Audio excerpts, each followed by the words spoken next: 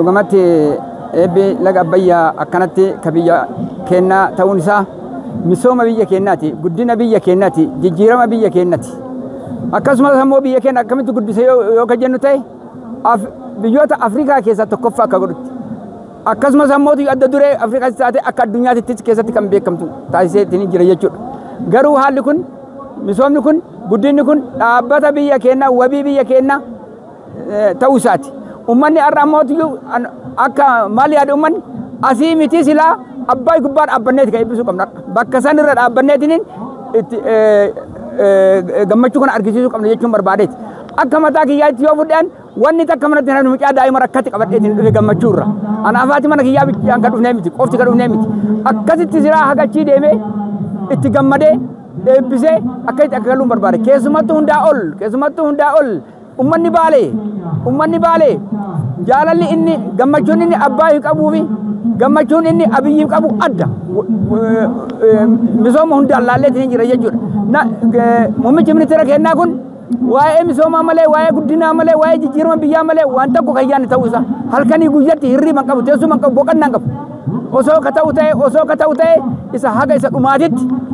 akkanumatti waliin jiraanneetiin waliin deemneetiin biyya keenya bifa kanaan jijjiirreetiin itti gammannee itti mirqaannee dhaloota buruutuufis ammootiyyuu biyya hiyyummaa qabdu dabarsuu osoo hin ta'in biyya qananii akkanaa qabdu dabarsineefitiin akka darbu isa kana asiin geenne buusii kennan hifannoo tokko malee mirqaanan gammachuudhaan hojjanneetiin asiin geennu nu afas hojjennu ammaayyuu nu afas hojjennu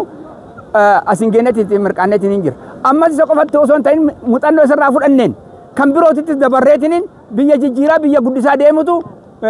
wabii biyyaati maal gaafata wanni tokko kan isin dhaamu dabartu waan tokko isin dabartuu barbaade ilmi namaa tokko dhalatee argamnaan waa sadi qabaachuu qaba tokkoffaa huunni kiyya kabiyya kiyyaatii jedheetiin beekuu qaba lammaffaa qabeenyi kiyya kabiyya kiyyaatii jedhee beekuu qaba sadaffaa beekumsi kiyya kabiyya kiyyaatii jedhee beekuu qaba.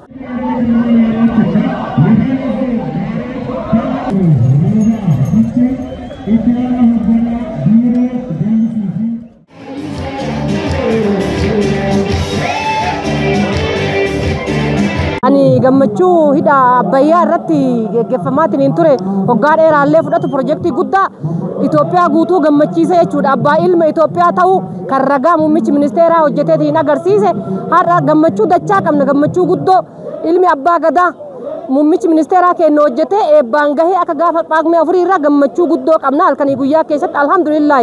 rabbiin nu bira dhaabatee nu cinaa dhaabbatee gadaa Oromoo waa bulchuu keessatti milkaa'inni akkana argamuun baay'ee itti gammadaan akka dubartiitti akka haadha dureeyyotaatti akka haadha hawaasa kanaatti akka obboleettii hawaasa kanaatti akka haadha ministeerotaati doktorotaatitti natti ka dhagahamu dachaadhaa jedhaan milkaa'inni guddaadha nuuf Oromoo irratti Itoophiyaa guutuu irratti kanaaf milkaa'inni kana caalu hin jiru adawaa lammaffaadha milkaa'inni kun kaleessa Oromoon biyya ofii tanaaf waan ta'in hin qabu asoo wanni hedduu ala masarnu hedduu jala qaayitu hojjetee keessaa bahee haala nageenya hunda misooma irratti bobba'ee ani kanaan hooma takka irraa bifannu waan qabnu arjoomuuf kennuuf hooma takka wanni garaa nu nyaattu hin jiru dhaltii irraa sabbata kennarraa hiine ni kennina kaleessas bira dhaabbanne har'as bira dhaabbanne kara nageenyaatiin gara barnootaatiin misooma kamiifuu bulchineen nageenya jedha hojjenneen misooma lammii yoo qarame hin deebitu hiyyummaan jenneeni kanaafuu itti faarsinee muummichi ministeeraa keenya hayyoota hooggantoota hoggansa jijjiiramaa waan ta'eef ilmi abbaa gadaa biyya tana ifatti baasee abbaayyiin kakaleessa yaada guddaa diinni jala shoror keessaatiin hin ture injifatee jira ani ililsii jennee rabbi sii kennee jenneen hayyummaa guddoollee gootummaallee injifannee jirra nutiif badhaasa guddaadha.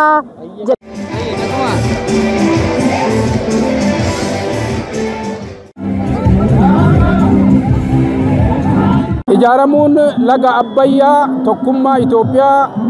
kan mul'isuudha hinjifannoo ummanni gurraachi qabu kan mul'isuudha hinjifannoon ummata gurraachaa lola adwaa irratti ka argisiise har'allee ka dabale hinjifannoo ummata Itoophiyaati dhiigni ummata Itoophiyaa ka adwaa irratti walitti dhangala'e tokkummaa isaa garraatti ka jabeessaa jiruudha kaleessa dhagaan bu'uuraa yoo kaawamu dhagaa ta'ee hafaa har'a ammoo wanni kaayame dhagaan bu'uuraa yoo kaawamu